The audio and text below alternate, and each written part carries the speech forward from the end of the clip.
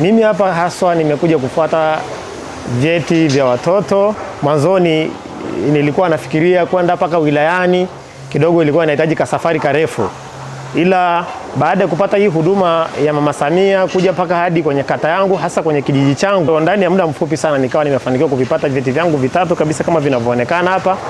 Na nishukuru sana kwenye hili serikali yangu ya Jamhuri ya Muungano wa Tanzania ambayo inaongozwa na Mama Samia, Dr. Samia Suluhu Hassan, na viongozi wake ambao ni wasaidizi wake, waziri mkuu pamoja na serikali kwa ujumla, makamu wa rais na serikali kwa ujumla, kwa kutusaidia kwenye huduma hii. Kwa kweli tunapenda sana kumpongeza kwenye hilo ambalo ametusaidia.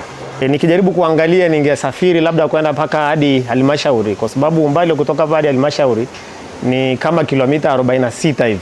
Kwa hiyo ningetumia labda nauli kubwa sana, tofauti na ulivyoniletea hapa. Maana yake ni mimi kutoka tu nyumbani hata kwa miguu tu, ndani ya muda mfupi sana, dakika 10-15 naweza nikafika hapa. Ukweli baada ya kusogea huduma hapa karibu, niwe mkweli, nimeipata kwa muda mfupi sana. Ni tofauti na wenzangu ambao wanaoenda labda kwenda kama ni mjini, anaenda kufuatilia mjini, anakutana labda na foleni na nini.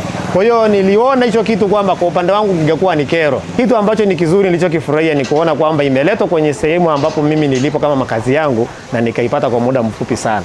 Hawa watu ambao wamekuja kutupatia hii huduma, hasa hii huduma ya Mama Samia ya msaada wa kisheria, wameona kwamba jamii ina uhitaji sana na hii huduma.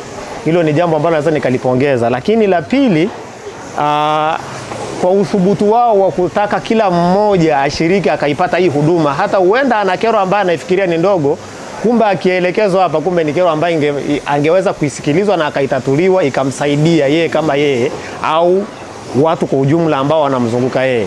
Sasa mimi nichukua nafasi hii kutoa rai kwa wananchi wenzangu hasa wa kata hii ya Mkoka na wilaya hii kwa ujumla ya Kongwa. Kama kuna migogoro ya kijamii, labda mke na mume wana matatizo, mambo ya mirathi, unaweza ukaja hapo ukapata msaada wa kisheria na ukaweza kupata ufumbuzi wa matatizo yako kama hayo.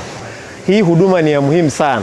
Naomba tujitokeze popote tulipo, tuweze kuifikia na tuweze kusikilizwa. Huenda tuna matatizo ambayo yanahitajika kutatuliwa kwa haraka sana, kabla ya kusubiria mpaka labda viongozi wapite, viongozi wakubwa au vinginevyo.